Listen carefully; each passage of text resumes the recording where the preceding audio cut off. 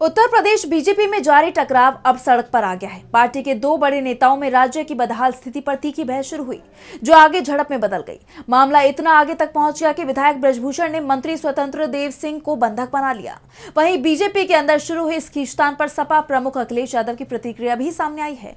तो क्या बोले हैं अखिलेश यादव और क्या है पूरा मामला, जानेंगे इस रिपोर्ट में। उत्तर प्रदेश की बीजेपी में मचा घमासान अब जग जाहिर हो गया है। बीजेपी विधायक बृजभूषण और मंत्री स्वतंत्र देव सिंह के बीच ठन गई है। दरअसल ये मामला उस वक्त सामने आया जब उत्तर प्रदेश के महोबा जिले में आयोजित युवा उद्घोष कार्यक्रम से लौट रहे कैबिनेट मंत्री स्वतंत्र देव सिंह का काफिला बीच रास्ते में बीजेपी विधायक बृजभूषण राजपूत ने रोक दिया। साथ ही तमाम स्थानीय समस्याओं को लेकर कैबिनेट मिनिस्टर की घेराबंदी कर दी। इस दौरान दोनों के साथ उनके समर्थक भी मौजूद रहे और देखते ही देखते कि दोनों के बीच शुरू हुई ये बहस तीखी झड़प में बदल गई। वहीं बीजेपी के अंदर मचे इस खींचतान पर विपक्ष ने भी चुटकी ली है।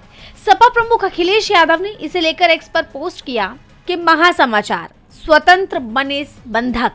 समाचार, भाजपा के विधायक बृजभूषण राजपूत ने क्षेत्र की बदहाल सड़कों, गांवों में पेयजल संकट और जल जीवन मिशन के अधूरे कार्यों को लेकर मंत्री स्वतंत्र देव सिंह को बंधक बनाया है।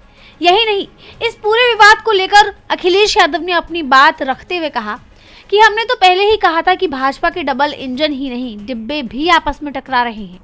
पैसे कमाने और जमीन कब्जाने में लगे भाजपा के मंत्री हो या विधायक, इनमें से कोई भी जनता या विकास का काम नहीं कर रहे।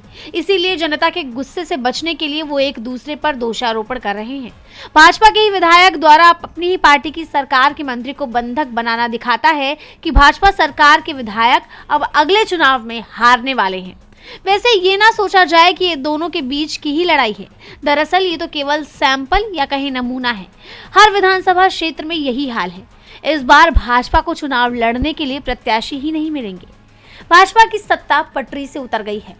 बीजेपी के अंदर जारी टकराव को लेकर कहा जा रहा है कि अगर ये थमा नहीं तो इसका नुकसान 2027 में होने वाले विधानसभा चुनाव में बीजेपी को भुगतना पड़ सकता है।